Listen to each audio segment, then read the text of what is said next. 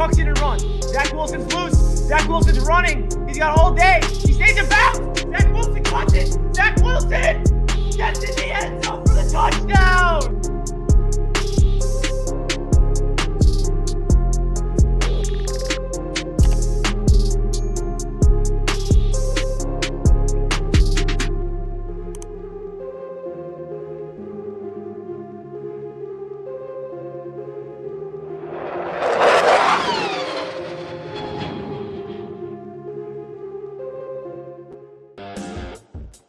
Yo, what is good, Jets Nation? Welcome back to another Jets Media live stream. We got another special guest on the channel.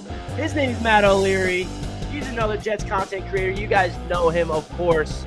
And we're going to be talking about the New York Jets in the NFL draft. Should we expect any crazy trades before the draft? Should we expect any trades the night of the draft? Who the hell the Jets going to draft? There's a lot of things that we're going to be getting into in tonight's show with Matt. It's a pleasure to have Matt on the show. Everybody, make sure you go check out Matt O'Leary down below in the description down below. If you're not subscribed to the channel already, I don't know what you are doing. So, Matt, welcome to the channel. Always a pleasure having you on. How are you doing tonight, my man? Dude, I'm doing pretty good, man. It's that time of the year. We were just talking before hopping on, going live, and I just can't wait. It's what? How many days away now? 15? Let's do it, dude. Let's do it. 15 days into the NFL draft. This is the best time. It really is. We've been waiting so long for this moment because of all the capital that the New York Jets have acquired all these past couple of seasons with the Jamal Adams trade, with the Sam Darnold trade, with the even Chris Herndon trade. All these trades are finally coming right here, and we have so much ammunition to work with on draft night.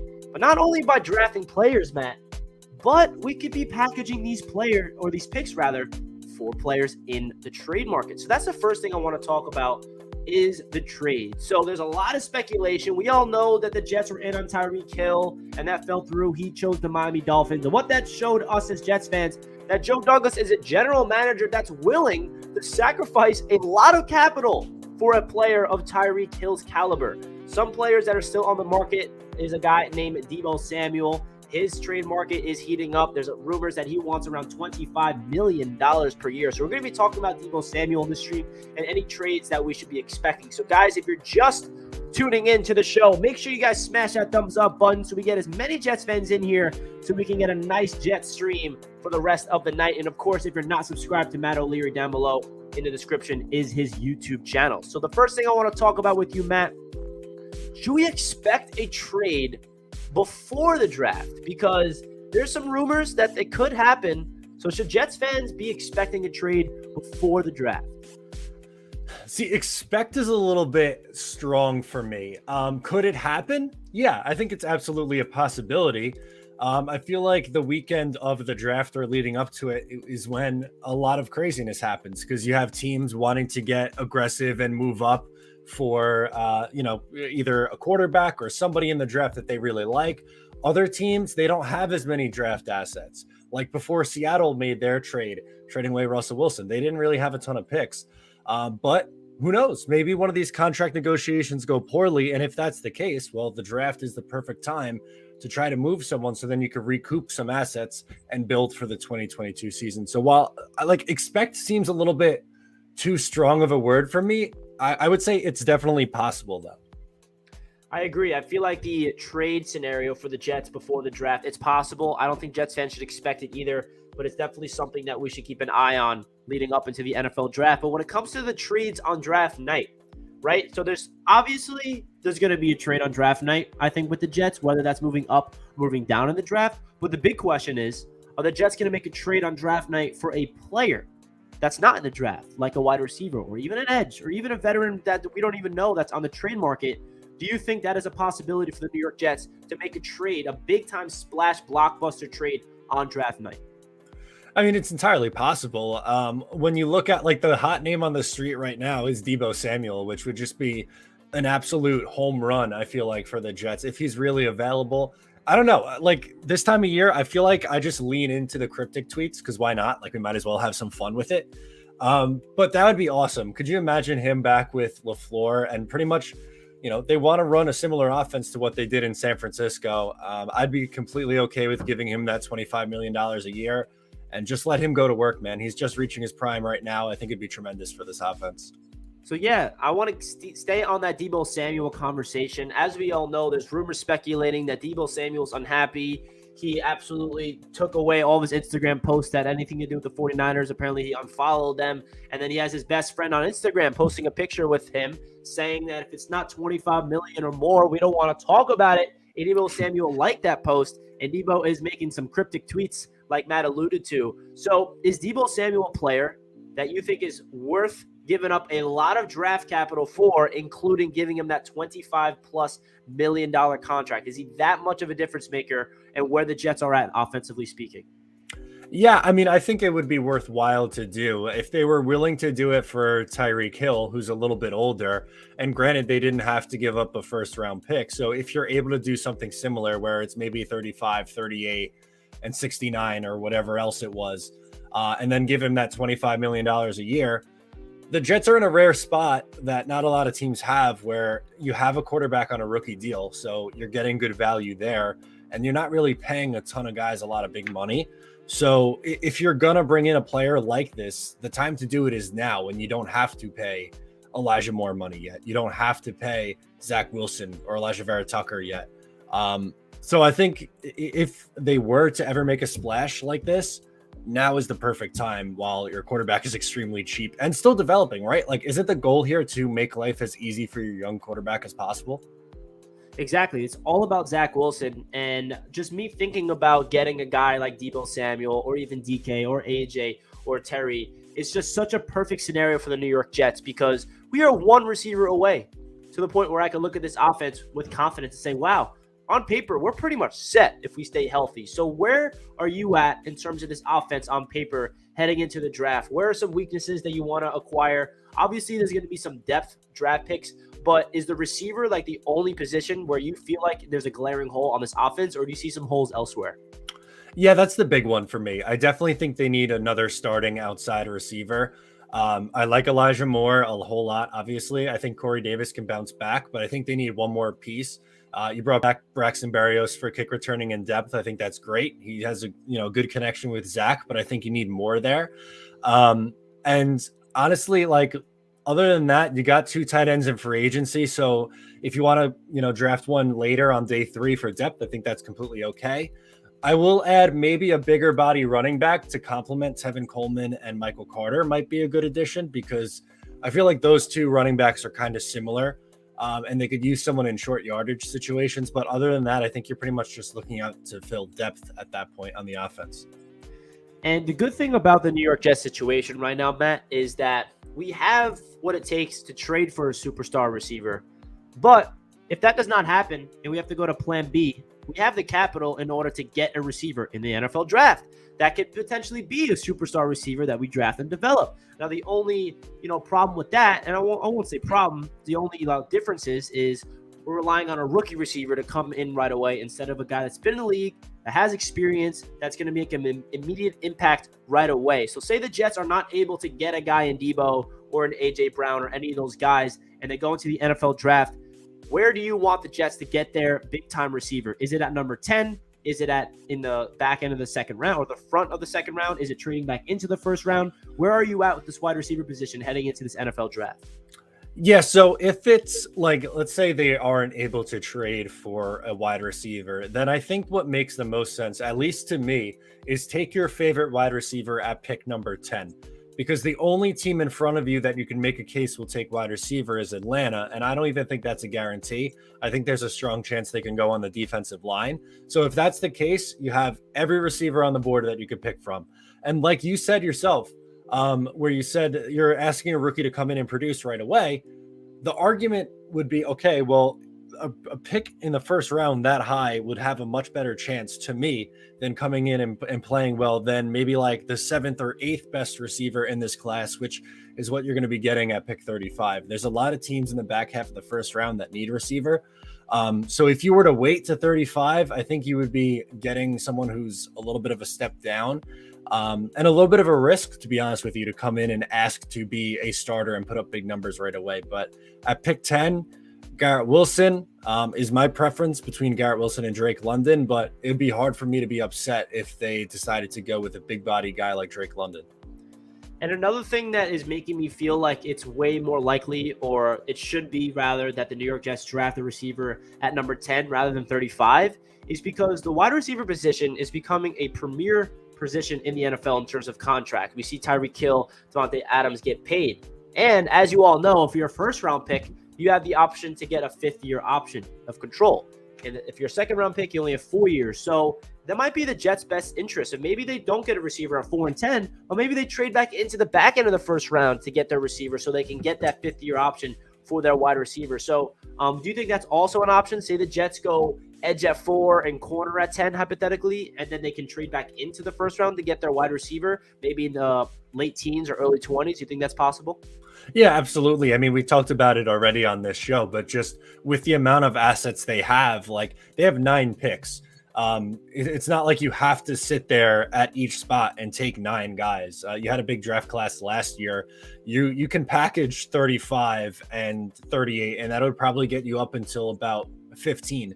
Or if you wanted to package 35 and 69, you can maybe get up to the low 20s, somewhere in there, and land somebody. But I do think it would be wise to come out of the first round with a wide receiver. If you're dead set on taking, let's say, an edge and corner, in this case, at 4 and 10, then I would really hope that Joe Douglas is trying to trade back into the first round to get one of those guys. So there's one receiver that I want to get your opinion on in the NFL draft, and that goes by the name of Jameson Williams. So he was my favorite receiver going into this whole draft. And then we all know what happened where he tore his ACL. And it seems like he is, trending in the right direction. He's a little ahead of schedule. Do you think it would be smart for the Jets to invest in a player in Jameson Williams who is coming off a torn ACL? Or would you rather stay away from a guy that is injured and will not be with the Jets or not be with their team to start off the season and go with a guy like Garrett Wilson? So I think Garrett Wilson's probably the safer play, but I would understand the swing on Jameson Williams. He was, before the injury, he was my favorite wide receiver from this class also. But I wouldn't, I'd be lying to you if I said that I wasn't nervous about him coming back from an ACL injury, just because the Jets have had a terrible luck with injuries, especially in the last few years. But when you look at what Jameson Williams is so good at, he would be the deep threat that the Jets don't really have. He'd be the speed element, which we know the Jets love. They already have some speed, but that'd be, another addition.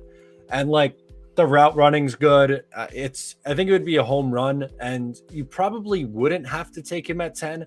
I think that would be one of those, either you're trading back from 10 a few spots and then taking him, or you're trading back up probably into the teens to take him then.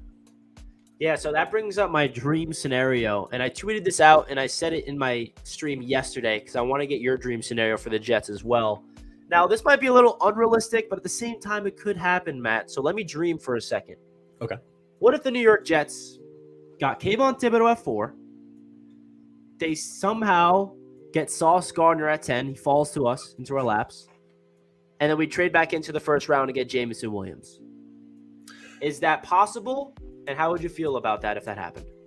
So I think there's an outside chance that could happen. I'd be surprised if Sauce Gardner's there at 10. I feel like him going to the Giants would make a ton of sense because they are more than likely going to have to move on from James Bradberry due to cap reasons. But I like it. It's not my favorite. And my reason behind that is not because I don't think Sauce Gardner's a good player. I do. I think he has a chance to be very, very good at the next level. But I'm a Bryce Hall guy. I want to see him starting with DJ Reed on the outside. And I feel like if you're drafting Sauce Gardner, then you're moving Bryce Hall to the bench, which I think would be a shame because, yeah, maybe Bryce Hall's not a number 1 corner, but is he a solid outside corner? I would say so. And I think him and Reed could be, your future there on the outside with Eccles as your man rotating in. So I don't really look at corner as one of my biggest pressing issues that I'd want to get in like the first 4 picks.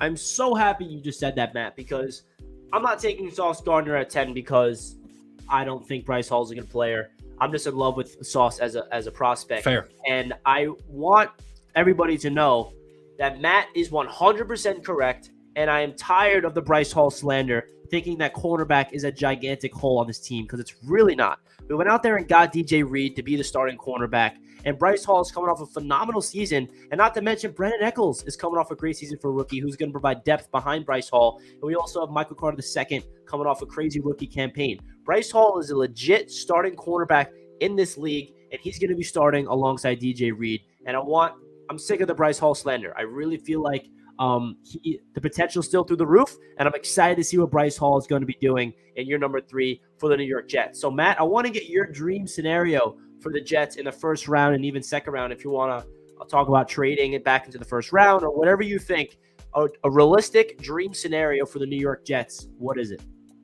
So for me at pick 4, it would be Kayvon Thibodeau. I know that he's been a very polarizing figure, but I think is someone who would be well worth the pick. The Jets need an edge rusher badly, and besides Aiden Hutchinson, I think he is the next best edge rusher, and if he's there for you at 4, that just makes a whole ton of sense. I'd probably say Garrett Wilson at 10. For a while, it was between Garrett Wilson and Treylon Burks, but I've seen Burks falling a little bit, so I think Garrett Wilson with his route running ability and his speed would fit really well in this system. So I'd be excited for that. And then I wouldn't be opposed to moving up potentially if a guy like Nakobe Dean is falling. And I even think there's an outside chance he could make it to 35. But the positions that I'll give you that I think the Jets should look at in the second round for me would be linebacker and safety. I think that's the sweet spot for both of those positions. A lot of people like Kyle Hamilton, and I get it. He's a really good prospect, but to me, like, there's so many guys who are going to go at the back half of the first round and early second round where I think you get some really good value, like a Daxton Hill or a Jaquan Brisker, someone like that. And then for linebacker, if Nakobe Dean or Devin Lloyd's slipping, maybe someone like that, or Chad Muma's been, a fan favorite ever since the Senior Bowl. So I wouldn't be opposed to landing him either. So you're saying your dream scenario is Kayvon Thibodeau at 4, Garrett Wilson at 10, one of the linebackers sliding in Dean or Lloyd, and then getting like Daxton Hill or Brisker? Yeah, I would. Yep, that's probably. I would say that's probably my best case scenario for this team. I love that. Now I want to get your thoughts about this potential prospect that Joe Douglas trades up for in the first round, because he's another polarizing player that we have not mentioned in this stream yet, and that he goes by the name of Tyler Linderbaum. So how would you feel if Joe Douglas either trades back from 10 and takes him, or trades back into the first round and takes him, but we still get our big time receiver somehow?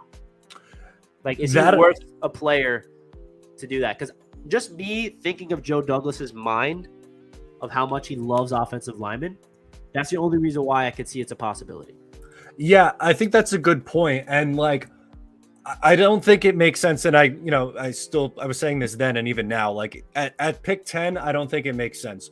But if you either are trading back and you, let's say, have, I don't know, like the Saints, for example, they have pick, 16 and 19. If maybe you trade back, you take your edge at 4 or 10, let's say, and then receiver at 16. And if Tyler Linderbaum is sitting there at pick 19 for you, yeah, I could make that decision. I think that would be, significantly better value there. I just couldn't do it in the top 10. I think that's where I draw the line, especially with the other needs. But if you have 3 first-round picks in whatever scenario, if it's a trade back or a trade up, and he was your third first-round pick, then I think that'd be a home run. Yeah, I think it'd be a home run too. I agree. He's not a player that I think would be smart to get at number 10. But if the Jets trade back into the first round, or they trade back and acquire a lot of assets, Tyler Linderbaum on this offensive line all of a sudden just makes this offensive line potential, especially in the run game, through the roof, especially for the long term, because we know that McGovern is here and he's all of a sudden like the worst offensive lineman on the team, and he's not even that bad. I would say he's an average center, maybe above average, below average.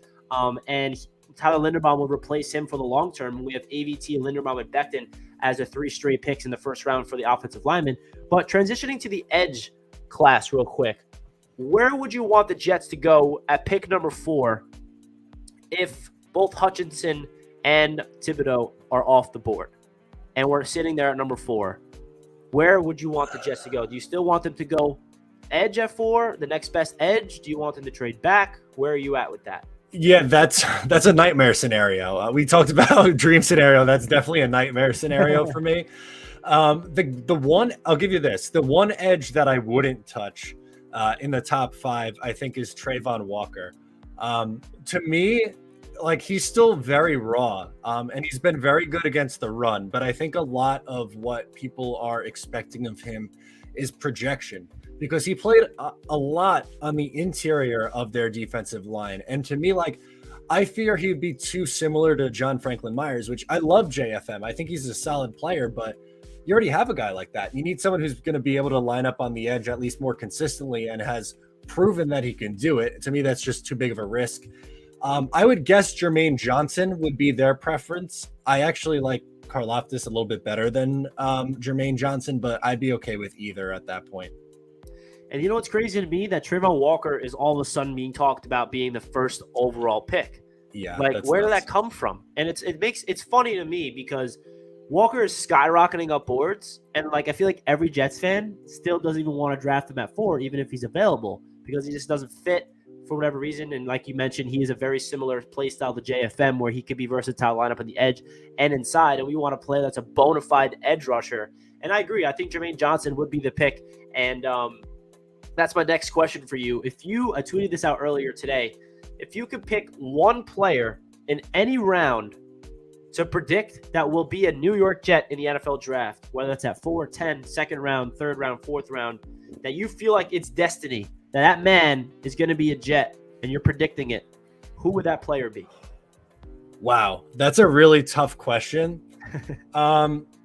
You know, I'm going to go with a little bit of a stubborn one, and maybe this is just me being hopeful too, but I'm going to go with Kayvon Thibodeau at 4. And I think it's because so many people have said, oh, there's no way. If he's there's no way that Joe Douglas is going to take him. He doesn't care about football, which I just think some of those narratives have been a little bit overblown. So I'm almost rooting for the Jets to take him just so that he, and I guess myself too, but mostly he can prove people wrong. I want to ride that bandwagon. So I guess now he's my guy. But yeah, I guess that's probably my best guess. I think they're going to go edge first. And then after that, there's so many ways that they can go. I really have a hard time finding one. Like last year, we were talking before we got started. It felt like everyone wanted Elijah Vera Tucker. But it doesn't feel like there's one guy that everyone's so connected on this year. Yeah, everyone has their own opinions, whether it's between Kayvon saying no, this, and that, or all the receivers. But guys in the chat, I want to hear your thoughts about the question I just asked Matt. If you can predict, and it's not a player that you want to be the pick, remember, it's a player that you're predicting that Joe Douglas will draft, and he will be a Jet, and we'll come back to the stream 15 days later and say who predicted it correctly, because that man is a New York Jet. My player that I think is going to be a New York Jet, and Matt's not going to want to hear this just because it's not Thibodeau, and Thibodeau goes before the Jets, and that's Jermaine Johnson. I feel like Jermaine Johnson will be a New York Jet. Did you think I was going to say Kyle Hamilton? I did. My heart stopped for a second. I'm okay with Jermaine. That doesn't scare me. No, I know. Just because in the scenario in my head, Thibodeau goes before the Jets, and the Jets get Jermaine Johnson at pick number 4. That's what I really feel like is going to happen, and we'll see. But the next thing I want to talk about, which Matt just brought up, is last year, Elijah Vera Tucker was that prospect that every single Jets fan wanted so bad. And we were sitting at pick number 23, and we all had a feeling that it was not going to happen unless the New York Jets traded up. And I was actually live the day before the draft last year, and I did a mock draft. And in the first round, I took Zach Wilson at 2. And then at 23, Elijah Vera Tucker was still available. And I remember, and I rewatched this stream recently, and I'm like, oh, AVT's still here. I do not expect this to happen tomorrow night. But if Elijah Vera Tucker's there, I'm going to be so happy. We have to trade up for him just in case, but I'm going to take him here. And then it's crazy to go full circle and realizing that the Jets traded up to get him. And I was telling Matt before the stream started that I feel like there was a player that every single Jets fan wanted the Jets to draft before free agency, and that was Trey McBride. Trey McBride was like my favorite player in this draft class. He was just a player that I wanted so bad. And then in the free agency, we saw that the New York Jets tackled their tight ends in Tyler Conklin and CJ Uzomah. So do you think that McBride is still an option for the Jets, Matt? Or do you think that's completely out of the door because of the free agency class that they hauled in? I think it's completely out the door, which is like a part of me is a little upset because I was with you. I loved McBride. I also love, I mean, how could we not? But the two of us love Jeremy Ruckert, the Long Island kid, both of us being from Long Island. I feel like we got to show him some love too. But it just doesn't make sense now. You signed 2 in free agency. If you want to add someone on day 3 in the 4th or 5th round, I'm completely good with that. I think that would be the smart way to do it. But I can't wrap my head around taking a tight end in the 2nd round when you sign 2 and you still have other needs, like to me, like safety and linebacker and wide receiver. So I can't see the Jets doing it at this point. Do you trust Kenny Yeboah being tight end 3? I like Kenny. He showed a little bit of promise, but I feel like he's like one of those borderline roster practice squad guys. I think he's going to kind of go back and forth a little bit this year. Yeah, I agree. I think that they were going to draft a guy later in the draft to be that tight end number 3 and then go into the training camp with Kenny Yeboah, a rookie. I think we still have Trevor Wesco on the roster, even though he does play fullback at times as well. But the tight end position is interesting because I felt like this was going to be a big time, draft for the Jets. But then all of a sudden we went out there and spent a lot of money in free agency on the tight end position. And I'm not complaining because that position has been so bad for so long, and this offense needs 2 tight ends, and we finally have 2 tight ends. Now, the next position I want to ask you about, Matt, that a lot of Jets fans want them to tackle it earlier in the draft. Some Jets fans have PTSD with this position. They don't want to touch it anymore, and that's interior defensive lineman.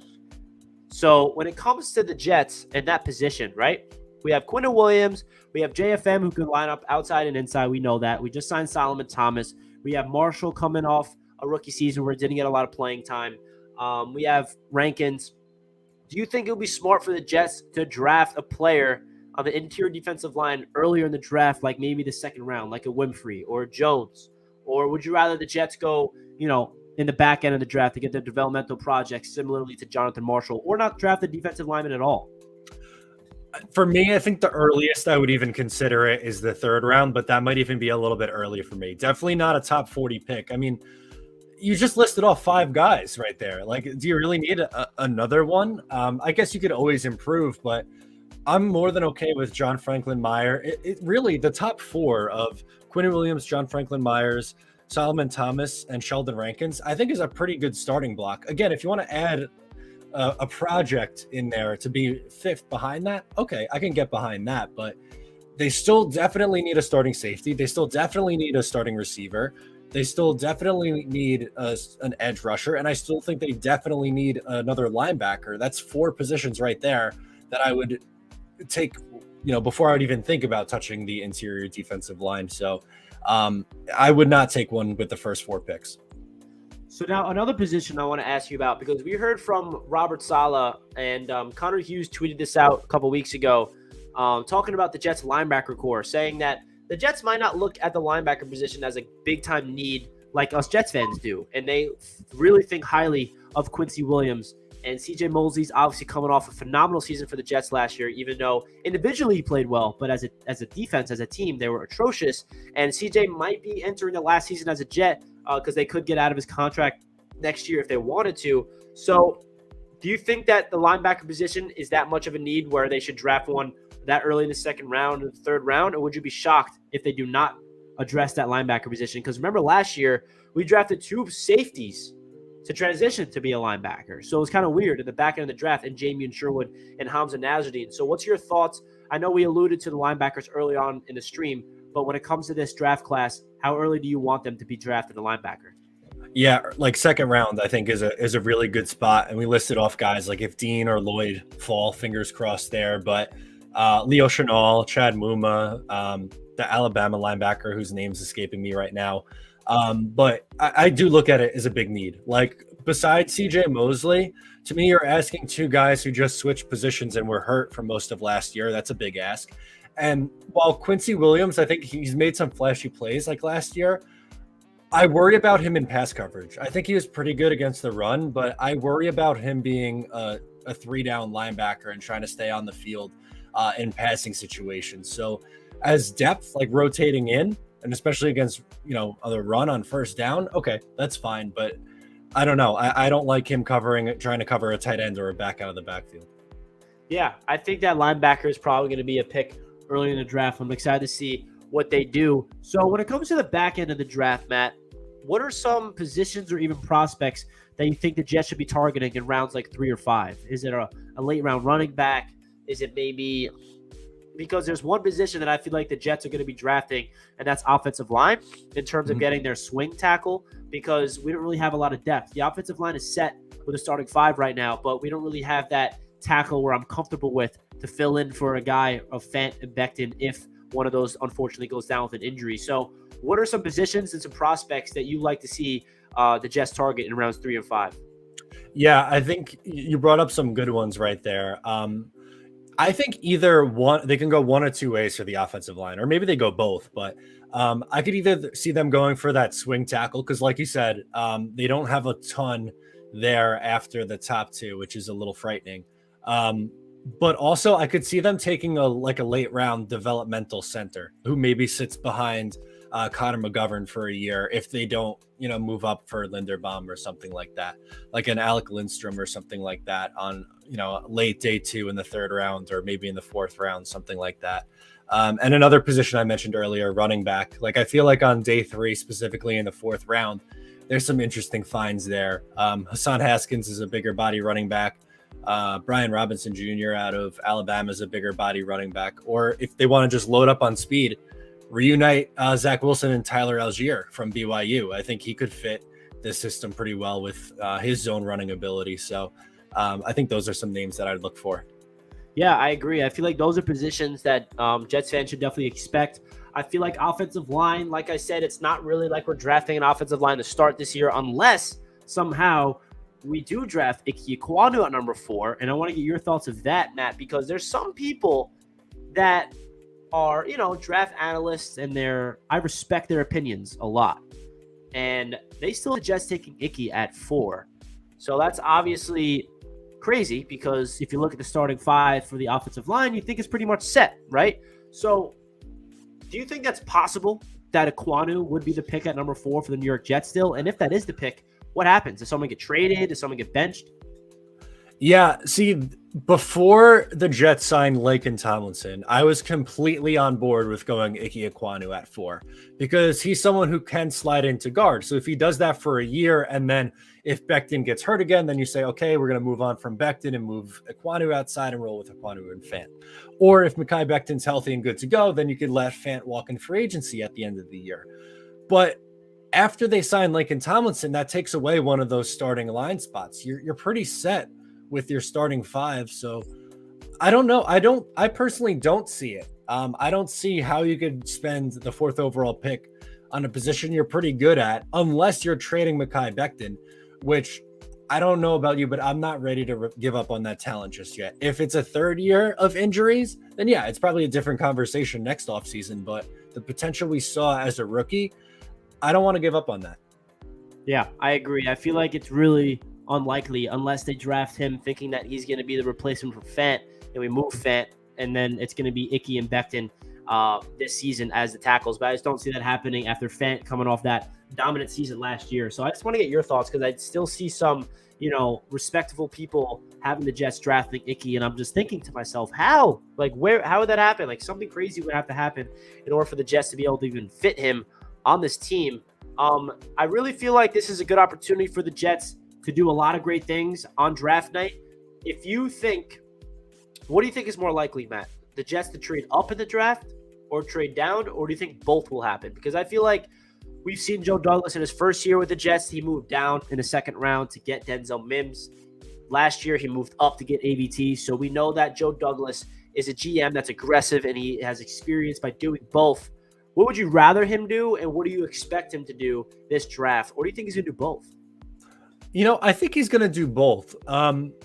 If I had to guess, with those 2 second rounders, I think he tries to package maybe that and then one of maybe the 3rd round pick and get back up and draft another guy, whether, like I said before, Dean, or I could totally see Linderbaum, someone you mentioned before too. But then they don't have any picks in the 6th and 7th round. So maybe they move back in the 4th or the 5th and they accumulate a couple more picks. So I feel like on day 3, we can see him move probably backwards a little bit would be my guess. But I think he's going to be aggressive on the first 2 nights. So my guess would be move up for a third first-round pick and then move back in either like the 4th or 5th round. And another thing that I'm thinking about when it comes to the whole trade scenarios on draft night is the Jets, unfortunately, don't have crazy capital next year like we do this year and we had last year. So what if Joe Douglas trades back and tries to get picks for next year's draft? Whether that's another first, somehow we trade back from 10 and we get another first round next year, or we get another second next year, or an extra third. Do you think that's something that you'd want him to do, or do you want him to use all the capital for now and not sacrifice picks in the future? Because another thing that those draft picks give the Jets, not just ammunition to draft next year, but it really gives you flexibility in the trade market. Because that's why I love Joe Douglas's perspective of not only are we getting these draft capital just to draft players that built through the draft, but these are assets to use in the trade market. And if the Jets want to trade down and get a couple extra picks for next year, they can use those picks at this year's trade deadline, for example, to package for a player that is available. So what's your thoughts of that scenario of the Jets moving back sometimes and get some picks next year's draft? See, I'm torn on it because I kind of see both sides of it. Like, I agree. Like if you're getting more future capital, it makes sense because you could flip it for, an already established player, or you just have another year where you have multiple first round picks, which is, always an exciting time. But at the same time, like it gets to a point where I'm kind of tired of just being like talking about the future assets. And like, I just want to start winning some football games. So maybe it is in our best interest to just like, I don't know, like take somebody at 4, take someone at 10. You have 2 top 10 picks there. And then, 35 and 38, still pretty high assets. And kind of just roll with it from there and say, all right, like we're filling out our roster with 4 top 40 picks. It's time to start winning here. So I know that's a bad podcast or video answer because it's supposed to be definitive one way or the other, but I kind of see both sides on this one, dude. Yeah, I really feel like you can go both ways because Jets fans are tired. We've been losing for as long as we can remember as Jets fans. We've only had 2 really good seasons in the past 10 years, and we're sick of it, and we want to go all in, and we want to start winning some football games. Like Jets fans, I'm not expecting a Super Bowl this year. We're not expecting to win a division, but this is a team that has every single opportunity to make a big-time step this year. And that's the next thing I want to talk about is what do you want to see from the Jets, or what do you think they really need to make sure that they focus in on, not only in this draft, but going into this season in terms of developing players, which players are going to be the biggest X factor? Like, what's your expectations going into this season? I know that the draft, when that's all over, you're going to be able to answer this question a little more because you've got a really good understanding of what this roster is looking like.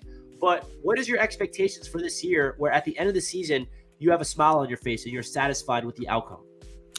So I think the most important thing is finding out if Zach Wilson's the guy.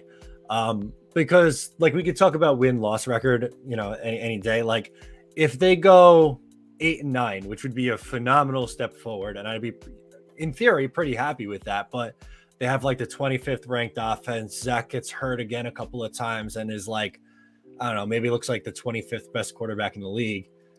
I don't know how exciting that is, but like if they're a top 12 offense, but the defense still stinks and they win 5 games, like, I don't know, that might be better for the long haul because, okay, they have a top half of the league offense. They definitely have their quarterback. So I guess my answer would be knowing for sure that Zach Wilson's the guy. And then beyond that, I mean, this is still a young roster. I think it's guys continuing to take a step up and, get better on the defensive side. Quinnen Williams, this is a huge year for him. This is a contract year for him, pretty much. He's got to prove that he's that dog and he's worthy of the number 3 overall pick. Bryce Hall has to pull in an interception. I love the guy. I think he's a good player, but he has to prove that he can do it on the outside. Michael Carter has got to stay healthy. Elijah Moore's got to stay healthy. So a lot of it is health and development for the young guys. Yeah, and that's what Jets fans need to remind themselves of, how young this Jets team is. And that's not a bad thing. That's such a great thing that we have all these players from last year's draft class that we can all say with confidence that, man, was that a phenomenal draft from Joe Douglas last year. And now let's see what they can do in year number 2. Because if all of them just takes a step up, like Elijah Moore, even AVT is transitioning to right guard, Like, I feel like this is a really good opportunity for last year's draft class to make a big-time step, and then this year's draft class coming in as rookies to make a big-time impact. So, guys, if you're just tuning into the show, make sure you smash that thumbs up button if you're enjoying Matt O'Leary joining the Jets Media live stream to give us some great Jets insight and Jets draft talk, because draft is right around the corner. It is pretty remarkable. So, guys, if you're enjoying Matt on the show, don't forget to smash that thumbs up button. We got around 113 people tuning in with 46 likes. Let's end off the stream with 100 likes. And if we get 100 likes, then we got to get Matt back on the show, maybe after the draft, to talk about how awesome the New York Jets did in terms of acing the draft. So, guys, now we are going to open this up to a Jets Q&A so you guys can ask Matt and myself any questions regarding the New York Jets and the NFL draft, any of the free agent signings that we got, if you want to talk about that, any roster moves that you expect in the future, anything regarding the New York Jets or anything regarding the NFL. We are now open to a Jets Q&A, and of course, Super Chats come priority. You get to skip the line. So now let us know if you have any questions in the chat about the New York Jets. So, Matt, let me ask you a question, like Sure. I haven't asked you enough already. I'm curious your thoughts about the transition of Elijah Vera Tucker to right guard and potentially Mekhi Becton to right tackle. Do you think that is a good move, or are you expecting that to not be an issue? Because if the offensive line is constructed as Fant at left tackle, Laken at left guard, and then Becton at right tackle, AVT at right guard, what are your expectations and your thought process on that? So if you told me a year ago that both Becton and Elijah Vera Tucker were going to be actually the Jets' right side of the line and not the left, I would have said, okay, something went terribly wrong, I guess, in 2021. But I don't really feel like that's the case. I'm confident in both of those guys moving over because both did it in college. I think that Elijah Vera Tucker is athletic enough to where he can thrive on either side. Becton played both left and right tackle at Louisville. And honestly, the right side of that line would be phenomenal run blockers, the two of them. Laken Tomlinson's a good run blocker. Really, the only one that's not, like, George Fant is more of, to me at least, he's better in pass protection than he is running. So screw it, man. Now you're just running to the right side of the line instead of the left. It doesn't matter to me. Michael Carter, baby. Run to the right side. Let that man free. Sports Frenzy asked a question. Thoughts on trading down from 4 to 20 with the Steelers if Tibbs, Hutch, and Walker go 1, 2, 3 and pick up an extra second? First in 2023 and second in 24. What's your thoughts about this question, Matt? 4 to 20 would be a huge drop. I'd be interested in maybe moving 10 to 20, and obviously you might not get that extra second round pick in 2023 or 24, however he words it here. But I think we talked about it earlier. I think Jermaine Johnson would be the pick at 4. I have a hard time passing up on those edge rushers up at the top, and praying one is there for you at 10. That's a little risky for me. Yeah, I think this is way too much of a drop off from 4 to 20, and we're only getting another second and a first next year and another second. I don't know. I feel like we got to take Jermaine Johnson at 4 if this is the scenario. If Tibbs, Hutch, and Walker go 1, 2, 3, Jermaine Johnson's a New York Jet. Let's do it.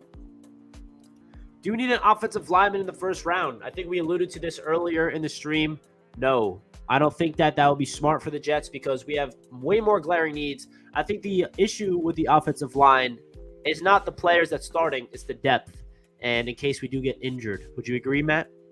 Yeah, I'm with you there. It doesn't make sense to take one in the first round. You'd be sitting someone, which I don't think the Jets are looking to do that. Matt says JG and Carl will be there at 10. Do you think it's likely that both of these players will be there at pick number 10, where we should not even worry about an edge until 10, and we could take one of their guys in JJ or Karlaftis? I think Karlaftis will be there at 10, which I'm good with taking him there. Jermaine Johnson, I don't think is a guarantee. I think it's a possibility, but Seattle at 9, I feel like they are primed to scoop up an edge rusher. So, yeah, I don't know. Daniel with a $5 super chat. Thank you so much, Daniel. Appreciate the donation. He says, is there a 1% chance we can win Super Bowl 2024? So you are saying there is a chance. Matt, what's your percentage chance of the Jets winning the Super Bowl in 2024? Yeah, let's stick with the 1%. I hope it's higher than that. I don't know. I don't know what a realistic number is. I'd have to see how much of a leap forward they take this year. But hey, I'll tell you this. I didn't think the Cincinnati Bengals would be in the Super Bowl this past year. So you never know. Hey, if the Jets are in the Super Bowl at 2024, that means Zach Wilson is a damn superstar. True. We are in good hands. And because remember how loaded this AFC conference is all of a sudden. Zach Wilson has to get through Josh Allen in his own division. He's got to get through Patrick Mahomes. Now Deshaun Watson. Now Russell Wilson. There's a lot of players, quarterback-wise, that the New York Jets and Zach Wilson has to be able to keep up with. I'll give the Jets a 2% chance of winning it. How about that? Is that too much of a bold take? I like it. If you had to choose, which one would you rather have, Lloyd or Dean? Oh, I feel like both are really good players, and I'd be happy with either. But something about Nakobe Dean and the intensity he plays with on the field, I feel like just screams what Robert Saleh and Joe Douglas are looking for in a player. So I guess I would lean Dean, but Devin Lloyd would be phenomenal too. Yeah, I agree. I feel like Dean has that X factor mentality. You saw him with the what he did with Georgia in the playoffs. I'm picking Dean on this one for sure. I saw a good question in the chat. Where'd it go? Okay, this one. How about trade 4 for 16 and 19 from the Saints? I think before we were saying maybe trade from 10 to get these two. But how would you feel if the Jets move back from 4 and all of a sudden we have picks 10, 16, and 19? Yeah, it would be like draft value wise on the trade chart or whatever. It's pretty comparable to move from 4 to 16 and 19, like points wise. You're just taking, if you do that, you're just taking the gamble of an edge rusher at 10. You might have to be okay with George Karlaftis being the pick, which I am. I don't know if the Jets are or if other people in the draft world are, but if you did that and came away with, I don't know, Karlaftis, Williams, and I don't know, Linderbaum, then okay, sure. Sean asks if you want a hug. Yeah, I'm in. Totally. I'm always down for a hug. All right, Sean, you heard it from Matt. Sports Frenzy asks, what are some examples of players who have a possibility of dropping to the later part of the first who you'd be down to trade back into the first 4? One player that we already talked about in this stream is definitely, in my opinion, Tyler Linderbaum. Or if a player that we don't draft a receiver at 4 or 10, maybe a guy like Treylon Burks or a Chris Olave or even a Christian Watson potentially, or even the linebackers that we've been talking about. So what's your thoughts about this question, Pat? Yeah, I definitely think there's names. Jameson Williams, would probably be one, maybe. Nakobe Dean, we talked about. Linderbaum, we talked about. I want Jameson Williams on the Jets so bad. He'd be fun. If he's healthy, he's like a perfect fit for this offense. But like, that's the thing. It's just if you're willing to take that gamble or not on the ACL. That's all. I know. It's so frustrating because if it wasn't for that ACL, I'd say draft him at 4 at this point. You might as well. Yeah, right? So if you had to rank your favorite receivers, top 3. Oh, okay. I would say top 3 is Garrett Wilson, Treylon Burks, and Jameson Williams. And it's pretty close. Drake London is 4 for me. I love the Burks love. I think, yeah, I don't understand why he's fallen. He's still my 1B to Garrett Wilson. And then I have Jameson Williams right past them because of the injury. But I'm a big fan of Treylon Burks' game still. I know the athletic testing wasn't phenomenal, but just watching him on the field, man, I think he has it. So if the Jets take Drake London at 10, what's your reaction? Don't hate it. Obviously, he would be like my fear is if that jump ball ability is going to translate to the next level or not. And I think it's just because we've been burned by guys who have been billed to not separate but be a good contested catch guy. Yeah. So I don't know about our past here. Yeah, I understand. I feel the same way, to be honest. I saw who is an underrated player we could end up getting. Now, this is a good question because, you could pick any pick in the draft right now. So I would have to say maybe like a guy later on in the draft, like one of the nice running backs, maybe James Cook. That could be an underrated player. I don't know. What do you think, Matt? Yeah, this is a tough one. You know what? I'll go if Lewis Cine is there in the second round and the Jets are able to get him. I feel like that's someone who could be a very underrated player, especially in this system with the physicality that he would bring. And again, that just kind of, to me, like when I think of Robert Saleh and his defense, I just think of like ferociousness, and I feel like that really stands out. So maybe Lewis Cine would be my answer there. How do we feel about Stingley at this point? I know the injury is there, but if we go edge at 4 and Sauce is gone at 10, are we open to it? I personally would not want to do this. I feel like, Bryce Hall is still on this team, and Bryce Hall is a player that I absolutely feel like deserves to be the starting cornerback alongside DJ Reed with Eccles as the CB3 and Michael Carter II in the slot. I get lost in the Sauce at times where I just fall in love with Sauce in terms of him as a prospect. But I love Stingley. I feel like if he hits his potential at his peak and he stays healthy, he has potential to be a top 5 corner in his league. Like, that's how great he was as a 18-year-old freshman for LSU. But the problem is it's been so long since he's done that. So what's your thoughts on Stingley, Matt? Yeah, I wouldn't touch him in the top 10 because we haven't seen it since 2019. Now, he was phenomenal as a true freshman, which is in the SEC. Like, that's just mind-blowing, but he's barely played in the last 2 years, and it's a significant injury. Those Liz Frank injuries are not easy to deal with, so that's too much of a gamble for me at pick 10. My guy Dylan's in the chat. What up, Dylan? Appreciate you joining the show, my man. Hope everything's well by you. Let's go Mets and let's go Jets, bro. Sean is giving this comparison. Stingley equals Milner. We don't speak on that name. We don't know who Milner is. He's not I'll never forget that. Oh, the replacement for Revis. Right. Replacement for Revis. Yeah, that didn't last very long, unfortunately. Hopefully, Jelani Woods remains far down boards. Pick him up. Big red zone target with Uzomah and Conklin. How would you feel about Jelani Woods being a pick for the Jets in like fourth or fifth round? Yeah, I don't hate it. I would hope that they would take a swing earlier than that too, but I don't hate that idea. Ken asks, where is Jack? My friend Jack, he has a new job now, so he's been really busy. He is teaching young kids how to play guitar. He's working at School of Rock, so he's teaching all these little kids how to play instruments. So he's been a little busy lately. Hopefully I can get him on the channel soon, but I'll let him know that you're looking for him, and I'll nag him to get back on the stream. But he's been a little busy lately. That's where Jack is with his new job. I saw a good question in the chat. Where did it go? Oh yeah. David says, I don't understand why you guys are undervaluing Olave. He's wide receiver number 1 in this draft. Has the experience, the heart, speed, route running, and hands. Checks all the boxes. Would have been a first-round pick last year. I think he's going to be a first-round pick this year, to be honest, David. So what's your thoughts about Olave? Are we undervaluing him? I have him as my wide receiver 5. I think he's going to go probably in the early 20s, I guess. Maybe Green Bay.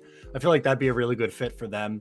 I think he's a good player. I don't think he's, better than necessarily like London, Burks, or Wilson or Jameson Williams, but I think he's a very good receiver that's going to go in the first round. So I personally, I don't think I'm undervaluing him, but yeah, his route running is filthy, and he definitely killed it at the combine.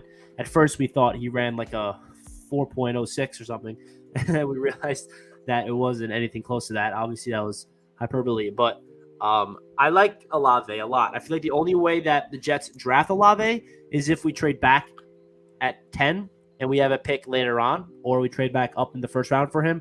I just don't think he's going to be a player that the Jets will consider at pick number 10. Now, this is the $1 million question. Could we get Debo? Yeah, we could. Sure. The big question is, will we? Right? Yeah. I feel like it's a pipe dream. I mean, sure, it could happen. The NFL's weird. I didn't think Tyreek Hill was going to get traded, so I guess anything's possible, but I don't know. I wouldn't bet on it. Yeah, man. It's just all about, like, are the 49ers willing to pay Deebo Samuel $25+ million per year? And that's something they decide right now. Because if they realize, like, you know what? I like our ability to draft players. I like Brandon Ayuk right now. Maybe we can just give up Debo. We don't want to pay that much money. We still have to pay Bosa. And we don't even we'll get some capital and we'll replace him in the draft. And we'll send him to New York to our, East Coast 49ers team, that being the New York Jets. And we'll all be good. We got a wing back and we're chilling. Love it. Expectations for Sherwood and Nasruddin.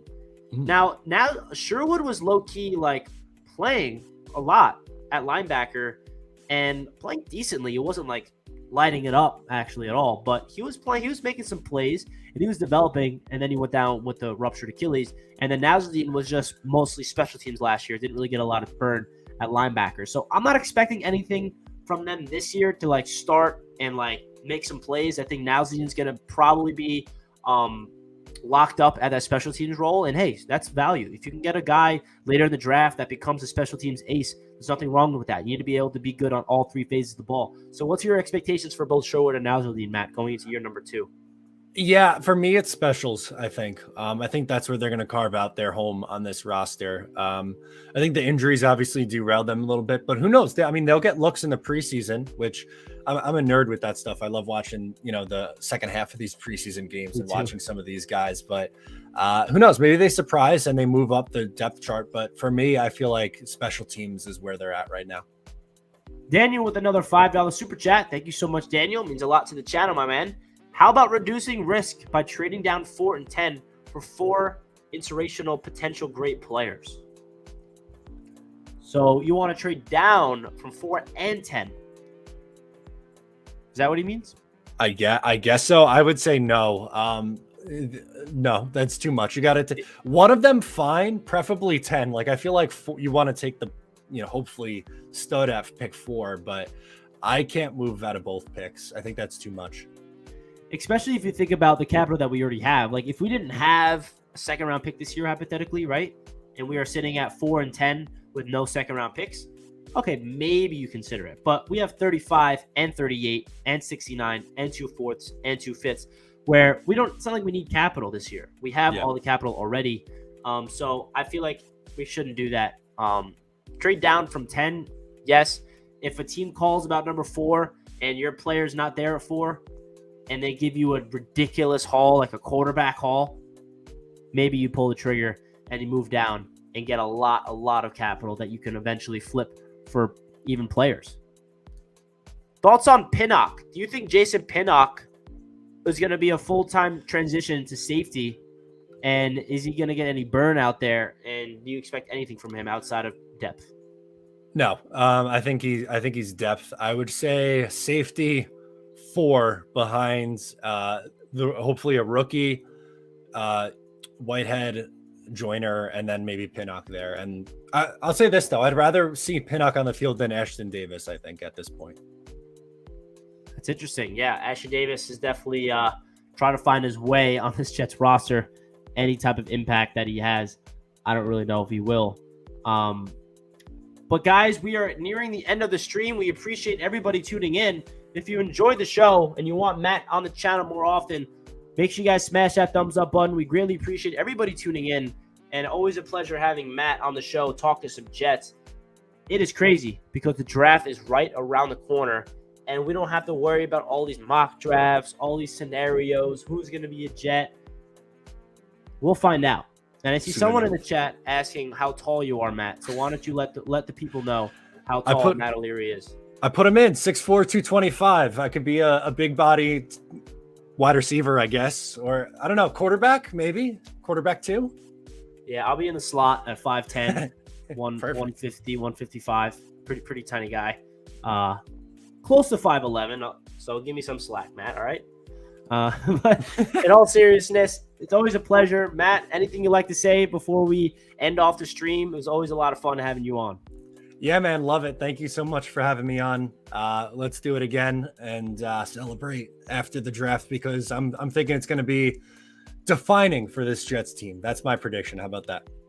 Yeah, man, it's going to be defying. It's going to could be a really pivotal part for this Jets franchise for the next foreseeable future, because if they hit on this draft the way that they hit last year's draft, then we're going to the playoffs in the next 2 or 3 years, guaranteed. And I'll say that with a straight face, because that's where we're at right now and how good this draft class was last year. If we can get 5 to 6 players in this draft minimum that are that good and can provide that much of an impact on top of the players from last year's draft class to take that next step, on top of the free agents that we acquired to stay healthy and reach the potential that we're expecting them to do, there's no reason why we're not competitive and making the playoffs in 2 years. I'm not going to give us a playoff mandate this year because I'm not really expecting that. I understand that. But we'll get into that later on in the future videos and streams. Guys, if you enjoyed the show, make sure you hit that like button so we get to 100 likes. We appreciate everybody tuning in. Jets Nation, let's go Jets. And we'll catch you guys in the next stream. Peace out, everybody.